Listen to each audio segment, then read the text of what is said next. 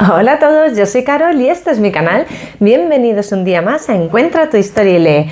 Hoy os traigo el wrap up de las lecturas que realicé en el mes de febrero, la mayoría de ellas con el club de lectura, alguna que no. Así es que si queréis saber esos libros que yo leí en el mes de febrero, si los recomiendo, si no y demás, pues ya sabéis lo que tenéis que hacer. Venid conmigo.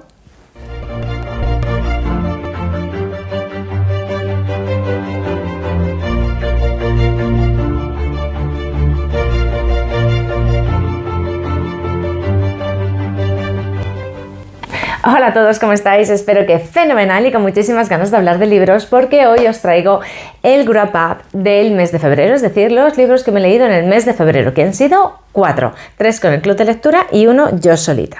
Febrero ha sido un mes cortito, aunque se ha hecho muy largo, pero ha sido un mes cortito, tenía muchas cosas que hacer a nivel personal y laboral y no me ha dado todo el tiempo que hubiera querido para dedicarle a la lectura. Pero bueno, aún así he leído 4 libros que os voy a contar ahora, ¿vale? Entonces voy a empezar primero por los libros que leí con el club de lectura Buscadores de Historias. El primero de ellos fue El secreto de Gabriela Salazar. Vale, este libro no os lo puedo enseñar porque lo leí en digital, pero os lo cuento. Este libro está escrito por César Mallorquí, está editado por Esfera de los Libros y tiene 376 páginas, ¿vale? A mí me ha gustado mucho. Creo que le puse en Goodreads 5 estrellas porque pensé en 4, pero se me quedaba corto. Quizá no es tan bueno como para 5, pero sí para 4,5 y me daba mucha pena dejarle con 4. Y como os digo, es un libro que me ha gustado mucho, sobre todo por cómo está contado. Es un libro que vamos a ver que se va a desarrollar en varias líneas temporales y que luego todas esas líneas temporales se juntan para crear una historia completa y construir un personaje completo en este caso, lo cual me ha parecido súper interesante la manera de hacerlo, la manera de evolucionar los personajes y demás. Entonces, es un libro complicado para explicaros, ¿vale? Por esta historia de las 3 líneas temporales. Voy a intentar contaros lo que pasa en cada una de ellas. Empezamos en el siglo XXI. En el siglo XXI hay una escritora que fallece, que escribe bajo seudónimo, que nadie conoce, físicamente nadie asocia escritora con persona, y que, bueno, el caso es que fallece y deja 2 hijos atrás. Los hijos nos van a poner un poco en antecedentes con la relación que tenían con ella, muy diferente a la que tenía el hijo de la que tenía la hija, y esto también lo vamos a entender poco a poco con el desarrollo de la historia, ¿vale? El caso es que reciben una llamada de un bufete de abogados donde les dicen que su madre depositó en los años 80 un manuscrito y que pidió que se les diera a sus hijos cuando ella falleciera. Entonces, bueno, pues ellos van, lo recogen, es una historia y empiezan a leerla. Y vamos a entrar en lo que es la historia de Gabriela Salazar, que empieza a principios de los 50, a final de la Segunda Guerra Mundial, con la historia realmente de su madre, de la madre de Gabriela Salazar, ¿vale? Que es Guadalupe Salazar. ¿Qué pasa con Guadalupe? Guadalupe es una mujer que vive en Argentina, en Buenos Aires, si no me equivoco, a principios de los años 50, y que, bueno, pues que sabe alemán, que sabe escribir y leer bien alemán porque su madre, si no me equivoco, era alemana y demás. Entonces, sí que tiene rasgos alemanes, rasgos arios y demás. Ella sobrevive como puede dando clases de alemán y tiene una hija pequeña, que es Gabriela Salazar, y convive también con una amiga suya y entre todas pues salen un poco adelante como pueden en aquella época en Argentina. De repente un día recibe una visita de unas personas que le cuentan cosas que están pasando en la Patagonia Argentina, en Bariloche. ¿Qué pasa en Bariloche? En Bariloche pasa que se está juntando un montón de exiliados, de refugiados alemanes, de gente que pertenecía a las SS, que hay gente que pertenecía al régimen nazi y que habían hecho las mayores atrocidades del mundo y que huyen de la justicia mundial, ¿no? Huyen de los juicios que se están desarrollando en ese momento en diversas partes de Alemania para castigar todas las atrocidades que se cometieron durante la Segunda Guerra Mundial por el régimen nazi. Esto es lo que le cuentan a a Guadalupe Salazar y le piden que, puesto que ella sabe hablar bien alemán, que además tiene rasgos arios y demás, que bueno, pues que se infiltre en la casa de una familia, que en este caso es la familia Reinhardt, que podéis buscarles en Google porque de verdad existieron y de verdad tuvieron un papel un poco horrible, un poco muy horrible, durante la Segunda Guerra Mundial. Esta es una de las cosas que vamos a ver pasar a lo largo del libro. Lógicamente Guadalupe va a ir, se va a infiltrar y vamos a vivir esa trama de espías en la zona de Bariloche. En este momento vamos a ver también desfilar por el libro un montón de personajes que pertenecieron al régimen nazi, que yo os recomendaría, yo lo hice, que los fuerais buscando en Google para ver las atrocidades y lo que pasó con ellos. Muchísima gente que murió calentita en su cama, muchísima gente que no se sabe qué pasó con ella, muchísima gente a la que cogieron ya con 70, 80 años después de haberse convertido encima en personalidades en el lugar donde vivían, en personalidades públicas con poder y con riquezas. Entonces, la verdad es que es un poco indignante que esto sucediera bajo el amparo del régimen del gobierno argentino en aquel momento. Esta es una parte que vamos a vivir. Esta es la primera mitad del libro, más o menos. Y en la segunda mitad vamos a vivir la historia ya de Gabriela Salazar. Ella ya es mayor y vamos a seguir viviendo parte de esa historia de muchos de los exiliados nazis y sus descendientes aquí en España, sobre todo en la zona sur de España, ¿vale? En la zona de Andalucía, donde también había algunos focos con algunos refugiados de aquella época. Ya nos vamos a trasladar a los años 70, si no me equivoco, 69 me parece que sucede, finales de los 60, principios de los 70, y sucede la historia de Gabriela Salazar, de la madre, que todo tiene como origen lo que pasó con su madre Guadalupe, lo que vivió su madre Guadalupe. Entonces vamos a ver cómo sigue evolucionando el personaje de Gabriela Salazar. A ella le pasan otras cosas que yo no os voy a contar, lógicamente, y luego ya pues vamos a volver al presente, donde seguimos teniendo parte de esta influencia que a lo largo de los años ha ido llegando de una manera muy debilitada, muy poco significativa y demás, y que los hijos de Gabriela Salazar van a vivir también. En resumen, son 3 historias realmente en una. Vamos a ver evolucionados personajes, vamos a verles crecer, vamos a ver personajes deleznables pasar por la historia, no solo por el libro, sino verles pasar por nuestra historia, por la historia de nuestra humanidad, ¿no? Y vamos a vivir ese final de la Segunda Guerra Mundial y ese qué pasó con esas personas, con personas como los Reinhardt, como Mengele o como otros muchos, ¿no?, que estuvieron implicados en delitos, en crímenes contra la humanidad brutales. Y los vamos a ver desfilar por el libro y vamos a sufrir con nuestros protagonistas. Vamos a tener momentos de muchísima ternura, vamos a tener momentos de muchísima tristeza, vamos a tener momentos de muchísima indignación, pero la verdad es que es un libro que nos va a hacer disfrutar bastante, que nos va a hacer percibir toda esa parte de la historia desde un punto de vista diferente, ¿vale? Y hasta aquí no os voy a contar más porque a partir de aquí empieza a entrar en spoilers, pero bueno, quedaros con que es una familia que empieza a descubrir realmente la personalidad de su madre, el por qué su madre era como era, el por qué su madre se comportaba con ellos como se comportaba, el por qué su madre insistió en que aprendieran determinadas cosas, ¿no?, en que hicieran determinadas cosas y en que se comportaran de determinada manera, e incluso en su propio anonimato durante su carrera como escritora, ¿no? Y todo esto lo vamos a descubrir gracias a su manuscrito y gracias a toda esa evolución que nos va a contar el libro. Para mí ha sido una de las grandes lecturas del mes de febrero. Ya no cuento más, que si no me enrollo. Paso al segundo libro que leímos. Aquí voy a ser mucho más breve. Este libro es de Laura Mas, es la maestra de Sócrates, y lo leímos en el Club de Lectura Buscadores de Historias por la iniciativa Leyendo la Historia, que nos habíamos ido a los griegos. En este caso nos colocamos, ¿se me va la voz? Nos colocamos en el año 440 a.C., que es la época en la que Sócrates comenzaba su camino como filósofo. Bueno, ya realmente era un maestro en la Atenas del 400 y pico antes de Cristo. Y hay una mujer que tiene una influencia especial en su vida. Esto está editado por Buquet, os digo las páginas que son. Este es un libro finito, esto ya son notas, 252 páginas, ¿vale? Es un libro finito que se lee muy rápido. Este fue un libro que me leí en un día, escaso, en una sentada, te sientas y te lo lees, ¿vale? Se lee bien, no se hace muy pesado, van pasando cosas, pero a mí a este libro todavía me faltan cosas. Le pondría 3 estrellas, una cosa así en Goodreads. Está bien, nos enseña cómo era la Atenas desde el momento, nos enseña conflictos bélicos que tuvo, en los que tuvo que estar presente Sócrates, ¿no? Y también una parte de la educación de Sócrates o de su formación, no como joven, sino ya como adulto, con una mentalidad abierta hacia, sobre todo, el papel de las mujeres en aquel momento, y cómo se abre a aprender de esta mujer, que nunca me acordaré de su nombre, Diotima de Mantinea, ojo, que era una sacerdotisa de una ciudad cercana a Atenas. A ella la llaman Atenas para que frene el avance de la peste. Ya sabemos que Atenas sufrió una peste que diezmó muchísimo la población en aquella época.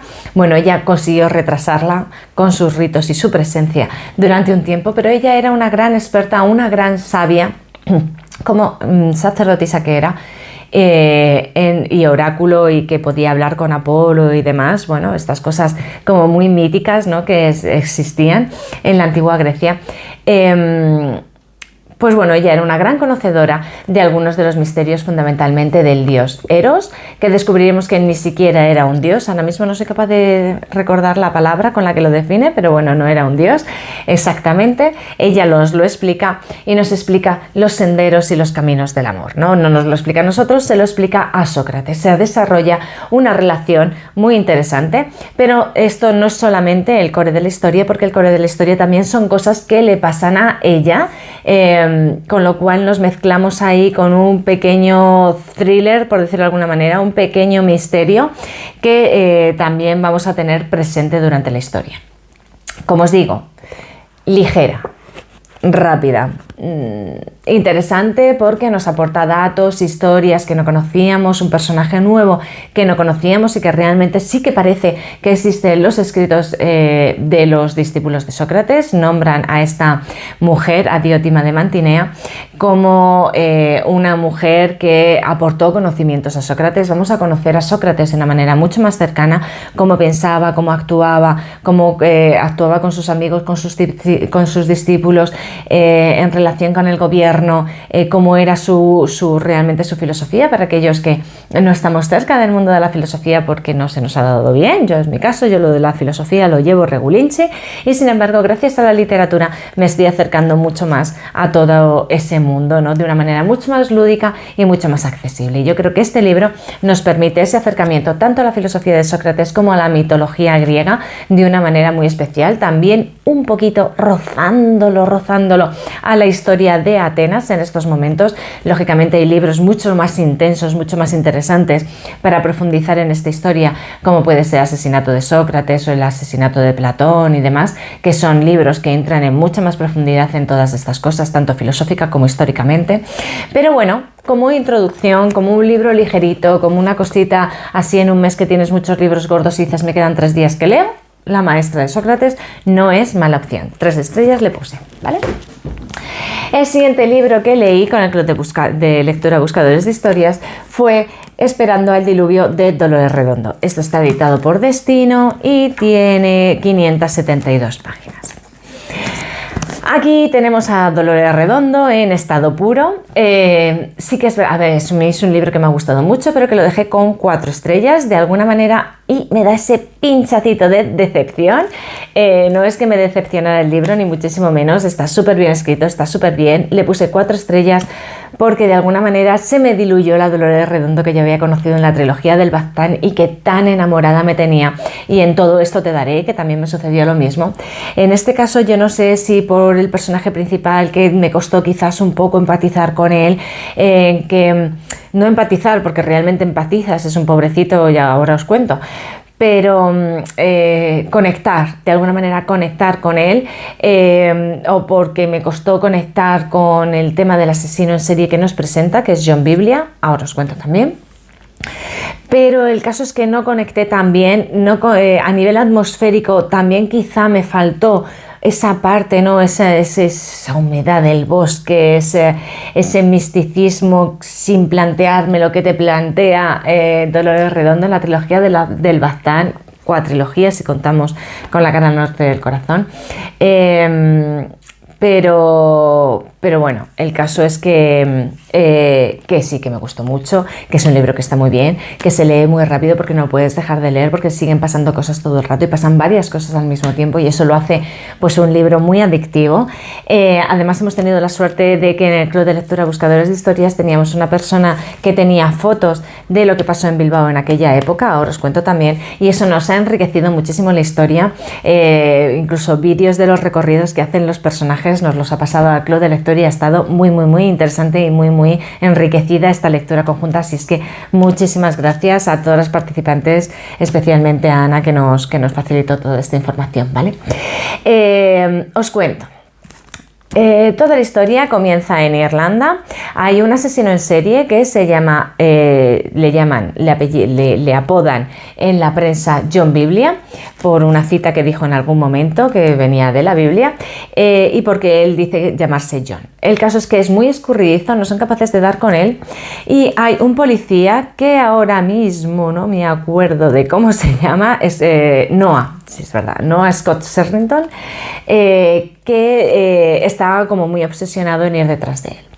Finalmente lo atrapa, estos son los primeros capítulos, no creéis que os hago gran spoiler, pero cuando lo atrapa, cuando descubre quién es y lo atrapa por una casualidad, una corazonada, un tal, le da un infarto y John Biblia se escapa.